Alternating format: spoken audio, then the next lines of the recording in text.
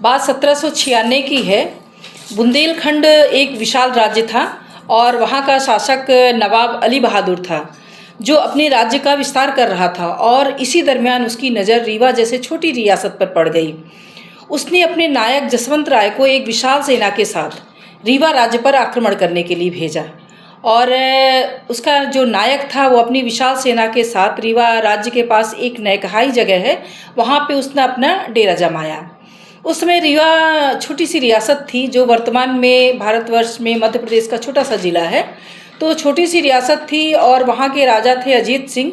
उन्होंने ये सोचा कि एक मुट्ठी भर सैनिक, उनके पास ज़्यादा सैनिक नहीं थे, मुट्ठी भर सैनिक इतनी विशाल सेना का सामना कैसे कर पाएगी। तो अपने सभी सभासदों को बुलाया और विचार विमर्श हो रहा था कि संधि कर ली जाए। जब ये बात रानी कुंदन कुमार को पता चली तो उनको ये बात बिल्कुल पसंद नहीं आई और उन्होंने एक थाल में पान का बीड़ा और स्त्रियों द्वारा पहने जाने वाले वस्त्र, चूड़ी, बिंदी वगैरह भिजवाया। पान का बीड़ा का मतलब था कि युद्ध की चुनौती स्वीकार करना, या अगर युद्ध नहीं करना है तो स्त्रियों के अपना वस्त्र पहनो और घर के अंदर।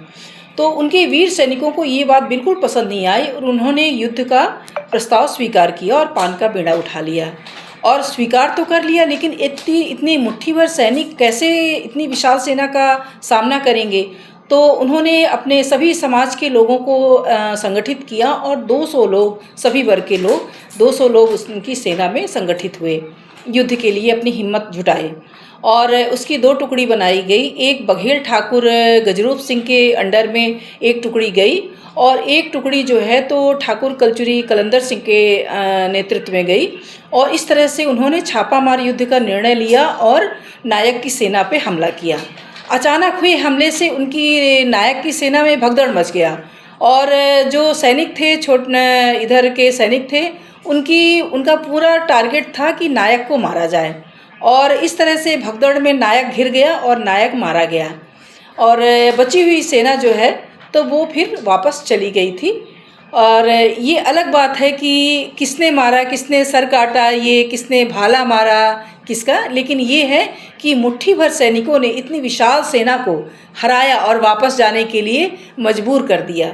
ये बात अलग है कि दोबारा जब ये जो नवाब है उसको ये बात पसंद नहीं आई थी कि छोटा सा राज्य जो है और मुट्ठी भर सैनिकों ने हमारी विशाल सेना को परास्त किया और दोबारा वो संगठित होके और फिर से आक्रमण करने के लिए मन बनाया। लेकिन फिर राजा ने क्या किया कि कुछ पैसे और अपने एक सामंत को भेज के और संधि कर ली थी। तो इस तरह से एक मुट्ठी भर सैनिकों ने इतनी विशाल सेना को परास्त किया था, ये बहुत बड़ी बात है। अगले छोटी सी कहानी लेकर मैं आप लोगों के समक्ष अगले हफ्ते प्रस्तुत होंगी। तब तक के लिए मैं आपसे विदा चाहती हूँ।